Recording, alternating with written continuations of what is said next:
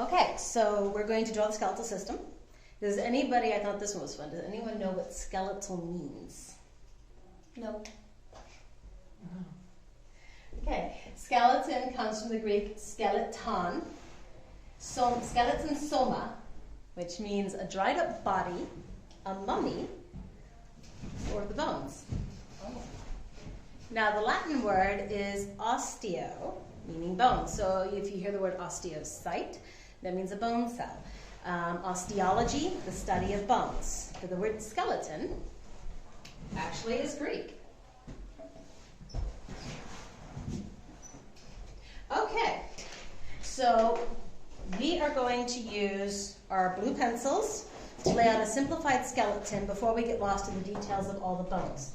Now, in drawing, most artists actually draw something very similar to this. I do, most Disney animators do, and I could even show you some documentation from like Albrecht Dürer in the 1500s, doing something fairly similar. The human body is approximately 7 to 8 heads tall. So if I use my head as a unit of measurement, you can actually go 1, 2, 3, 4, and since I'm shorter than average, I'm going to wind up on the shorter end of that scale. We're going to use 7 heads, just because that leaves us this nice gap up here. Now, in a biological drawing, I'm going to start teaching you how to do, these are not scientific illustrations, because those are very, very specific.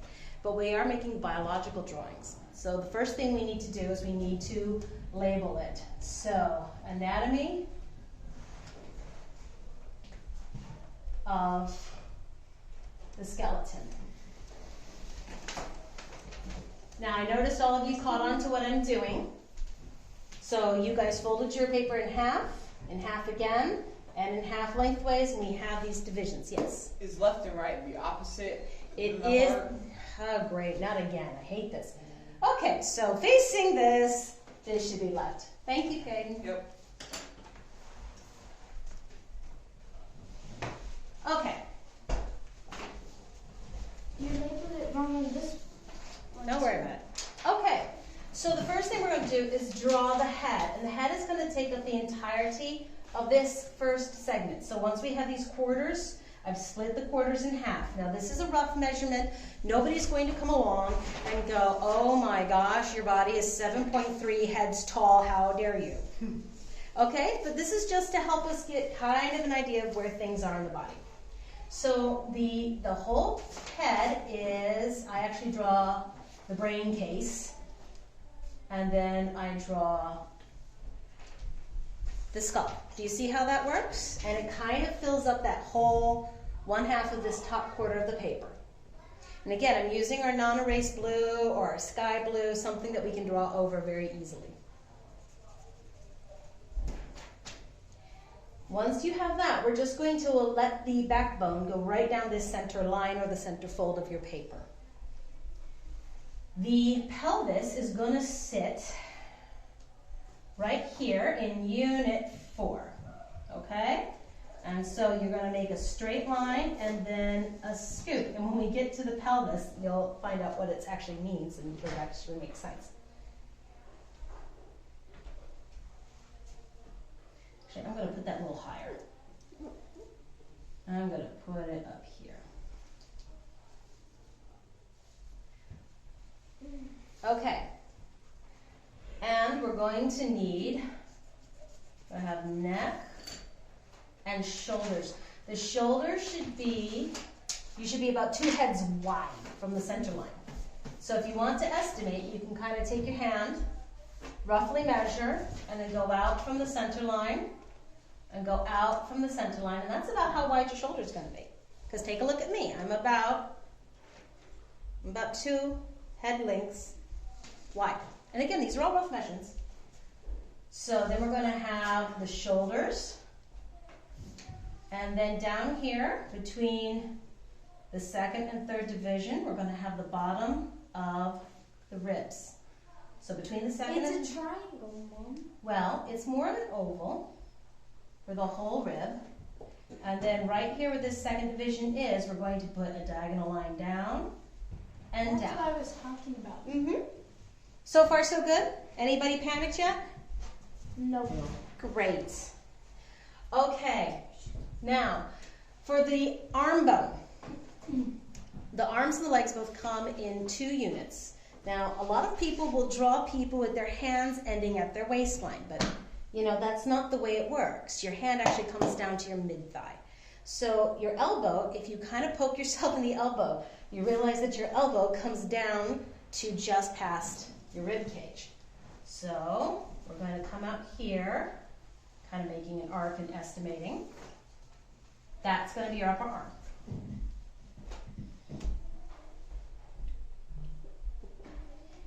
Your And other then- side is Yep. younger. Well, again, this is not, we're just doing our best here. And since these are our first lines, we're going to be able to correct them as we go. I'm just trying to get some proportions. Okay, and then, again, your arm goes all the way down to about halfway down your thigh. So we're going to estimate it kind of the same length. And then your hand. Works? Try using a leaf for your hand. Okay. Then our legs. Our femur actually, the top of our leg is the head of your femur, and it is not at the bottom of your pelvis. It's over to the side. So our femur is actually going to start over here on the side of our pelvis, and then it's going to go diagonally, kind of diagonally, because if you think about it, I can stand with my knees together, and my femur down here will be very, very close, but it'll still be on the outside of my hips.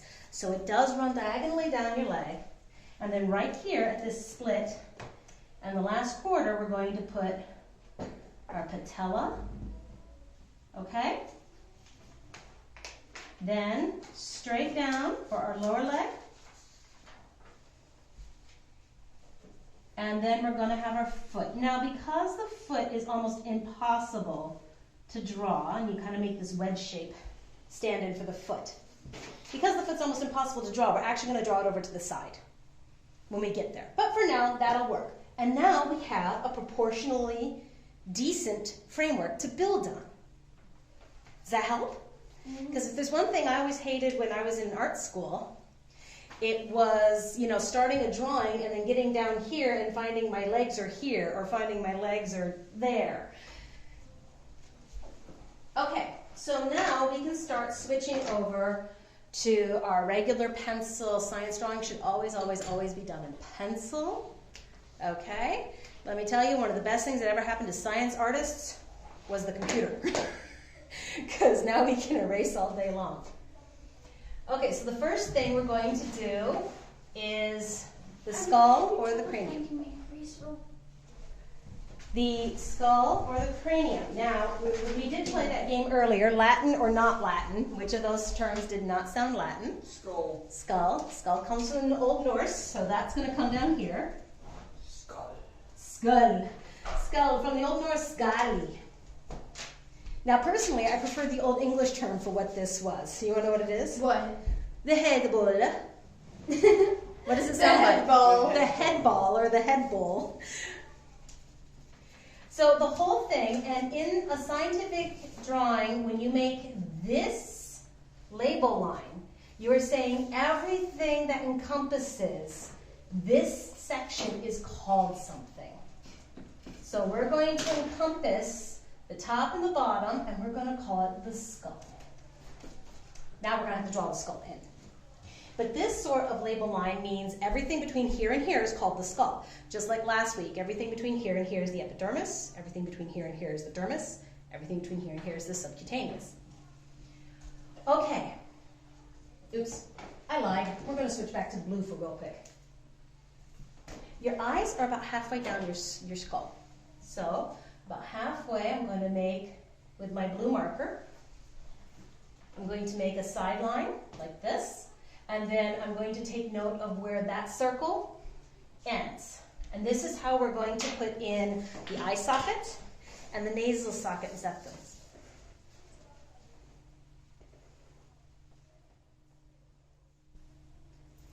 So to make the skull, we're going to start from the outside of this eye line, and we're just going to trace our line up and around. So far, so good? Remember, you guys are allowed to ask me to stop or slow down so you can catch up. Use your sky blue here. Okay, and then our eye sockets, we're just gonna make circular eye sockets right there on that eye line. So far, so good? Looks like a duck. A little bit. Okay. And now, despite what we see on, cartoons, the opening into your skull actually kind of looks like an upside down heart because there's already a septum splitting the right and left sides of your nose. Septum sempra. Not quite septum, not septum. So you're going to kind of do an upside down heart for the nasal cavity. So far, so good. Okay. Now, like I said, we followed this headline in here, and now we're going to come, double checking, we're going to come around like this, because this is your zygomatic arch, I think it's called, but it's your cheekbone. This is up here. And then down here, this is the top of your jawbone, your maxillary. And we're going to come across, and then we're going to give ourselves teeth. Doop, doop, doop, doop. You can have as good as teeth you want. And you're going to give yourself teeth on the underside too. Okay? Now, we're going to follow the jawline we gave ourselves earlier. And we're going to follow the bottom of the teeth, and we're going to come up to connect. It's not pretty. Not on mine. Hopefully yours is prettier.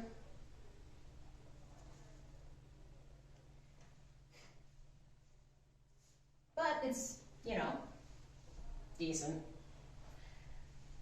So, the top half is called the cranium. Latin or not Latin? Latin. Definitely Latin. Okay, from the medieval Latin cranium and the Greek word, so cranium can go under both. And it literally means brain box. And actually, I used to call this the brain box because when people draw humans, we so focus on the face that as an artist, we forget that when we draw the human from the side, I see this look a lot. The face is here and people forget there's a brain. And then they go, the head doesn't look right. Well, you're right, because you forgot that there's a brain back there. And there you go. It looks better now, doesn't it? Brain box. Okay, and then the bottom one is called the mandible. Now, when you make labels in a biological drawing, there are some rules. Rule number 1 is that you always print and print neatly. Never cursive, your best handwriting. Rule number 2 is all of these lines may not cross. So sometimes when we get down to here, we're going to have to start planning some stuff out. Okay. Mandible, Latin or not Latin? I think it's Latin. It is Latin. It is mandibula, so plural mandibles, mandibulae. So first, second, third, fourth, or fifth. Mandibula, mandibulae. First. It is. Grasshoppers have mandibles. They do. Mandible comes from the Latin verb mandere, which means to chew. Make sense? One Dragon and Dragon Adventures have mandibles that look kind of like a real like grasshoppers. Okay. Okay, so we're going to start working on the vertebral column, One of the problems here with this is we're not going to be able to see the whole thing, so we're going to have to make some samples. Part of where we can see it is the cervical vertebra, which are right here in the neck. So we've already got a neck kind of drawn in, and now you're going to go and make kind of these curved lines to indicate separations. And because because what the vertebra does, of course, is it connects all these muscles that run up and down your back.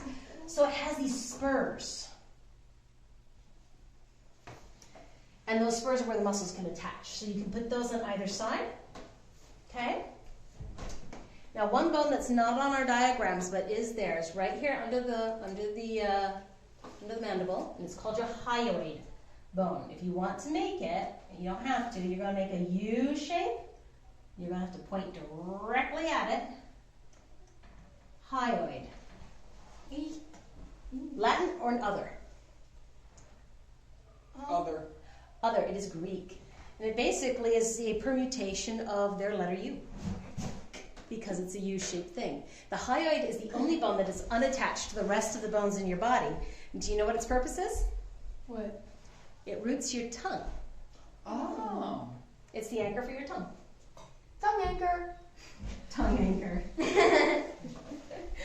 Okay. So now we're at the shoulders. Everyone still good? I'm going slow enough for everyone? Yep. Okay, so we're going to talk next about the clavicle and the sternum. Okay, I got that. Okay, so the sternum, to me, we're going to go right here to this line, right? To me, the sternum looks like a very short men's tie. If you take a look at it, it looks kind of like a curved knot, and then it comes out like this and goes back in. Tell me that doesn't look like a tie. No, that's That not. looks like a tie. Okay, so now we have a sternum. Tie. It does. Yeah. Yep, and it even has this tiny, almost like the bottom half of the tie is sticking out. If I remember correctly, that's called the xiphoid process. Let me see further. Thankfully, I still have my human anatomy book. But basically, when I do my self-defense classes, we're told to aim. Xiphoid process, woo! We're told to aim right there for the xiphoid process, because if you can break that, whoever you're fighting is going to drop. Okay, so now we have a sternum tie. We're going to take our clavicle, and our clavicle is going to hook in just above our sternum and curve out. And this is our collarbone. So far, so good? Okay.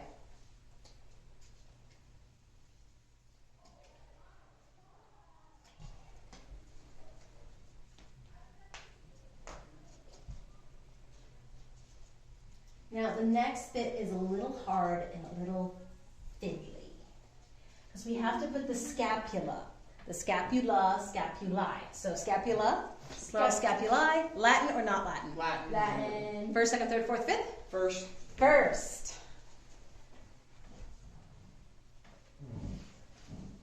Scapula is the shoulder blade.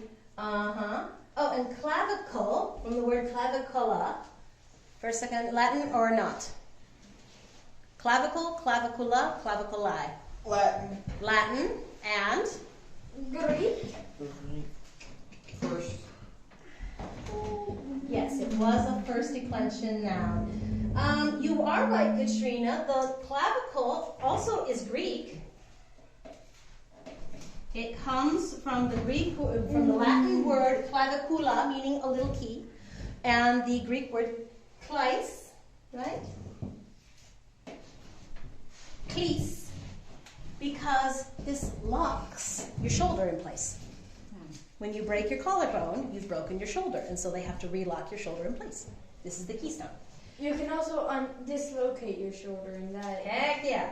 Okay, we're going to draw on our scapula, but you might want to put the scapula in to begin with your blue, just because we're going to be drawing ribs over top. So right here, about where the xiphoid process is, about maybe slightly higher from the little dangle off the tie, you're going to make a mark, okay? And then, we're going to make a triangle. The triangle is going to go up towards the clavicle on the inside, okay? And then it's going to go out to this point, right where the clavicle is near the arm. So now we've at least got that roughed in. Scapula, scapulae. Scapula from an ancient word that possibly gave us the word spade and shovel because scapula of animals are actually used to make spades and shovels. So this might be your shovel bone. Oh. Okay. You also use your scapula a lot when you shovel. Your choice. Arms, or we'll keep going down the axial skeleton. Arm. Arms. Okay. Does anyone know what your upper arm is called? Forearm. Okay, but I mean the bone. Okay, it's called the humerus. Yes, it is called the humerus. It's, okay, humerus, Latin or not Latin? Latin. Latin. Humerus, humeri, first, second, third, fourth, fifth. This. It is second. Oh.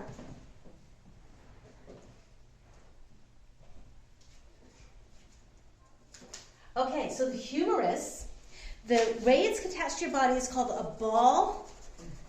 It's called a ball joint, which is why you can spin your arm all the way around. So, we're going to make a ball at the top.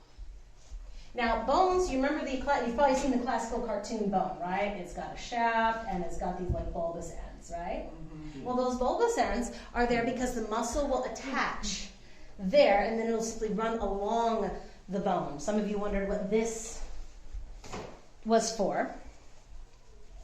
But what this was for, beyond putting straight lines on my diagram, was to show that when you have an attachment on a bone like this, that you can pull on things. And that's how your bones work. They're levers.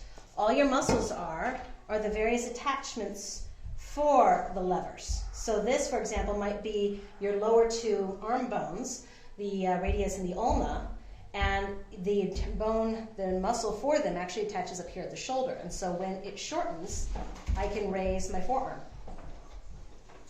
That's all that's all your skeleton is a bunch of levers. Okay, so we have the ball of the humerus, right? We have an outside bulge for an attachment of the muscles. And then we're going to go down here. And down here, you're going to have that classic bone shape. So there you go. Cartoony bones. They're real. You know, if I'd actually done this in college, I would have done way better on my tests. I keep saying that, but it's still true. So it's kind of like a wrench. A wrench? How's Yeah. that? Like it attaches to it and it turns it. In a way, the muscles that control your humerus are all up here, attached to your scapula and your collarbone and your clavicle. And then the muscles that control your forearm are actually all running down your humerus. So, in fact, if you want to do something funny, grab a hold of your forearm and then move your fingers. And you will feel all of the finger muscles that are running down your forearm. You can even see it. You can. It's really kind of fun. Is it these two lines? Those are, those are tendons attached to the muscles. But yes, all of the muscles for your fingers are actually located here in the forearm. All of your forearm controlling muscles are located here in your upper arm. All of your upper arm muscles are located in the shoulder. Okay, we have two bones in the forearm. The elbow is the ulna. Ulna, ulnae. Latin or not Latin? Latin. Latin. And what do you clench in? Fourth. Ulna, ulnae. Trina? At first. First? Okay, ulna means elbow, and this is your actual elbow bone. In my self-defense classes, this is the strongest bone in your body. This is a hinge joint, meaning just like a door, I can only open it so far because the back of my ulna is hitting the back of my humerus. So, the ulna is on the outside. You're going to have it come up and cover, and then if you want to put a dotted line to show that the back side of the ulna is actually on the back side of the humerus. And then, I have that backward? I do. That's why I have these reference drawings out. I'm sorry, the ulna, Katrina, please sit down. The ulna is next to your ribs, okay? So it's on your rib side. Okay, and it goes down, and it's fairly even with the radius up here, but it's going to become much smaller as it gets down to here. Now, one thing here, you're going to want to put like a very long, elongated diamond shape, because that's going to keep your ulna and your radius apart. So is it basically the same thing in your legs, but longer? Insofar as it's a single bone, two bones, yes, but I found out they're very, very different. Now the other one is called the radius, and the radius is going to be much larger on the wrist side and is going to be smaller on the other side, and it does not go behind. Now, have we heard the term radius before? Yes. Where? Math. Math. What is it in math? The radius of a square. Circle. Of a circle. Oh, Yeah, Mhm. circle. So we know that we can do Remember this that. with our arm, right? We can twist it. So I want you to grab a hold of your ulnar bone down here, and twist your arm. Does your ulnar bone move? No. It doesn't. But if you feel up here, the two bones are switching places. Oh. The radius is twisting around the ulna. Oh. So that makes sense, doesn't it? The radius is that this is actually called a pivot joint. Oh, that's so cool. Okay. So remember, your ulna actually goes behind the humerus, and this is what makes your arm do this. The radius lies alongside, but it hits the humerus and controls your wrist. And just like the radius of a circle, it twists. So radius and ulna. Good, now we're down to the wrist.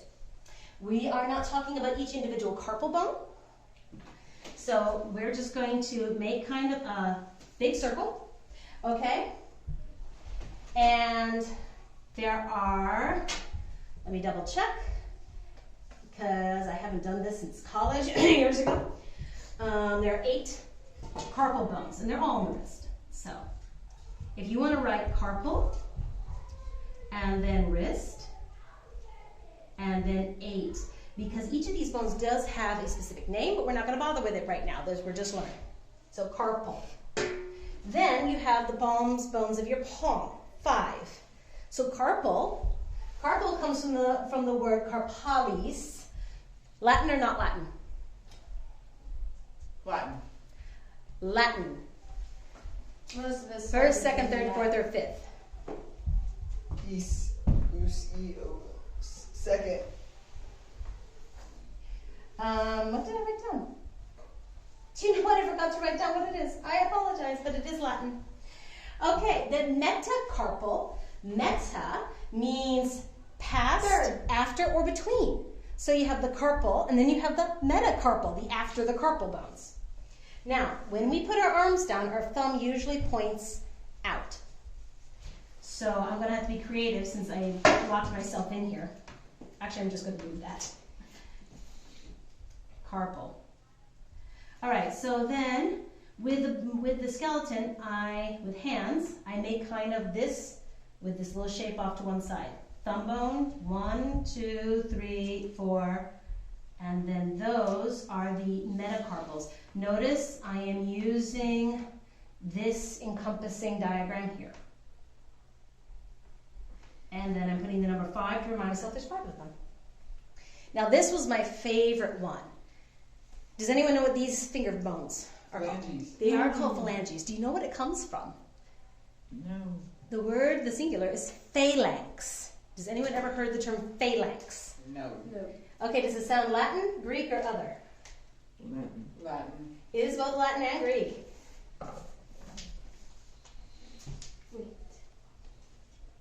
And it comes from the term phalanx. A phalanx in the military was when you had soldiers, and so these might be shields here, in rows. Do you see why these bones might be called a phalanges? So we have 14, not 15, phalange bones. So what makes the difference? We have 5 fingers. If we have 3 in each, we ought to have 15, but we only have 14. Which finger's different? The thumb. The thumb only has 2. Oh, So I just continue these lines out, 1, 2, 3, 4, and then cut them in with 2 lines. Real easy. And then for the thumb, you cut it in half. And those will be phalanges. Now we're not going to bother putting in the other Side. because I'm certain we're running low on time. Okay, ribs. Coming back to the ribs, we're going to follow this line down and up behind the scapula. So far, so good? Yeah. Okay. You have between 12 and 13 ribs. 10 of them are connected to the sternum. The last 2 are floating ribs, and they're back here. So you're going to start up here above the clavicle, make an oval, okay? And then we're just going to, and if you don't get the right number of ribs, no one's going to kill you. Okay, we're just going to take our ribs and take them around. If you want to count all 10, you may. We're just learning today. And then the last few ribs, you have a major rib coming off of the bottom part of the sternum, and then they split down here. See how that works?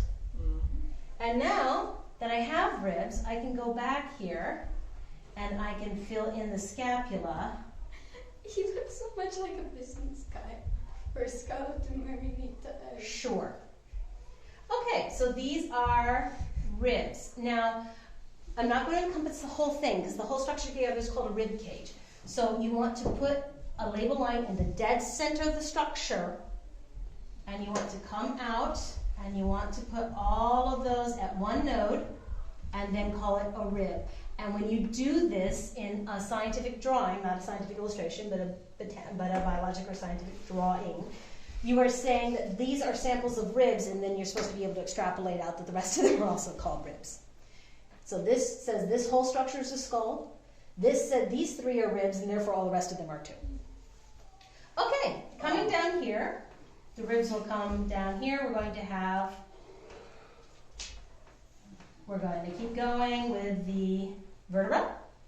You can give them the processes on the side, blah, da, da, da, da, da, da. And this is where I have one problem with our drawing that we've been given, is they're using the encompassing label. They need to use the sample label because you have 26 vertebrae going from the base of your head down to your hips. You don't have 7, which is unfortunately what that label is implying. So you're going to want to put, again, some dots in the center of your vertebra, and you're going to want to come out. When you do CPR, isn't there a cartilage right here at the end, and that's where you break? I'm not certain. I've never actually had CPR training, but I do know you can break the ribs if you're not careful. Okay, vertebra, vertebrae, Latin, not Latin. Latin. Latin, first, second, third, First. fourth, fifth? What? First. Yep.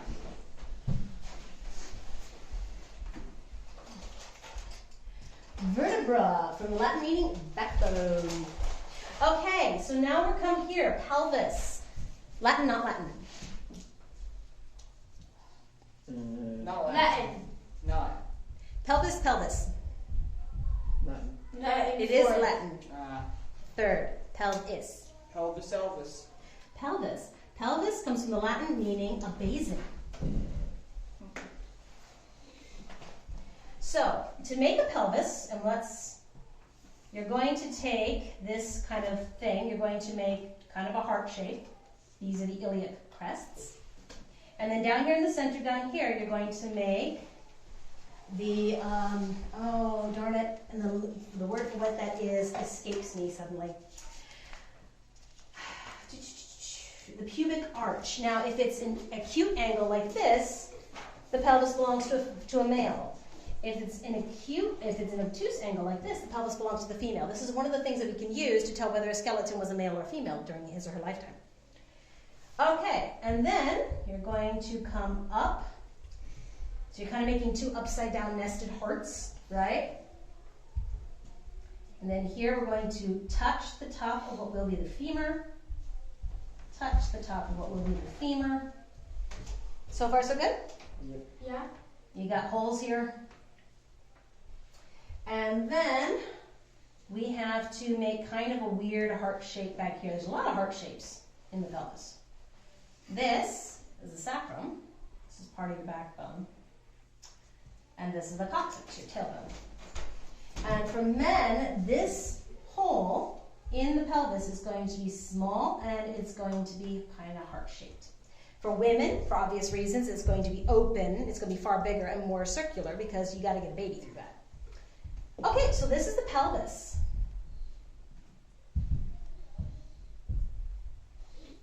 Now, once again, we have a ball and socket joint because I can spin my femur all throughout its range of motion. So we're going to put the ball, and then we're going to come up to the pelvic, to the femoral head. And then, so this is an attachment for some muscles. And then down below you've got a little triangular attachment below the ball as an attachment for other muscles. Down here we've got another hinge joint, which means we're going to have the classic bone end, and then you just play connect the dots down the shaft of the femur. Easy peasy.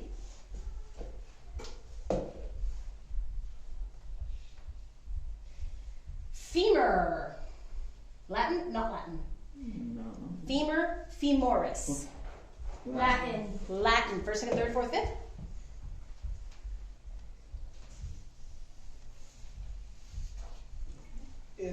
Is. Femur, femoris.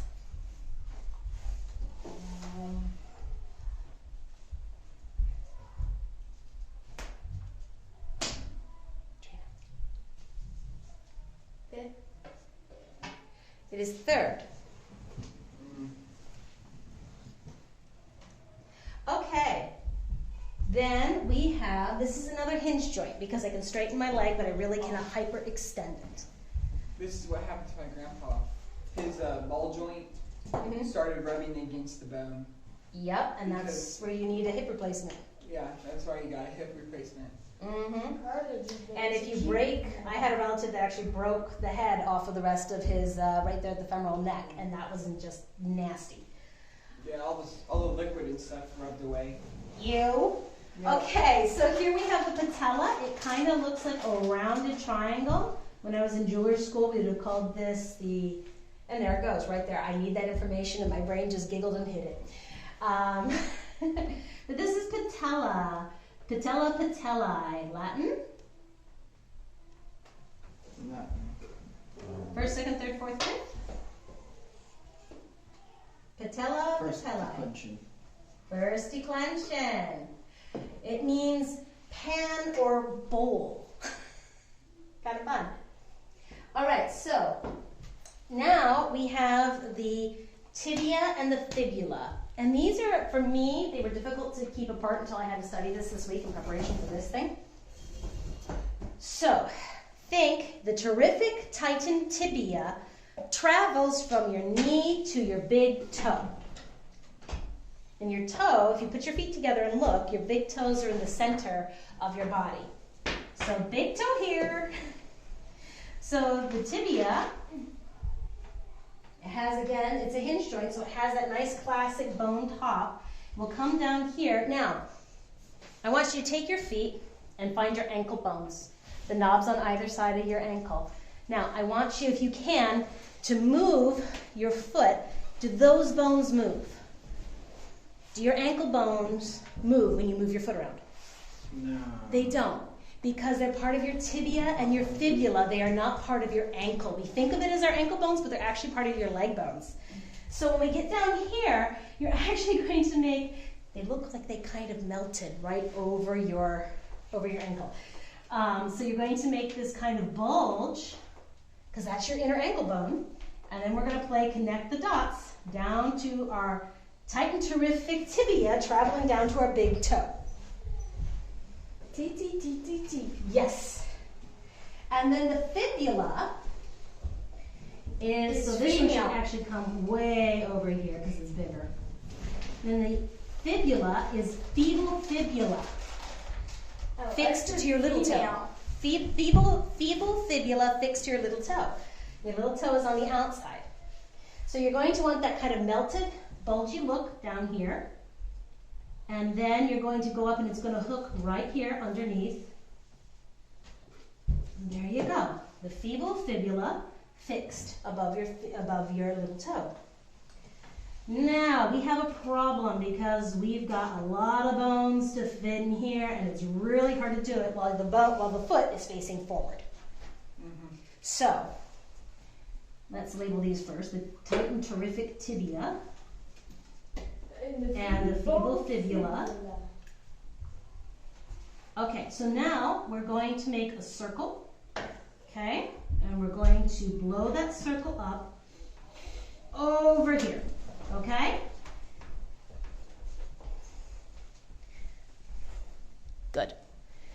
All right, so on the bone, we're going to look at our foot from going top down.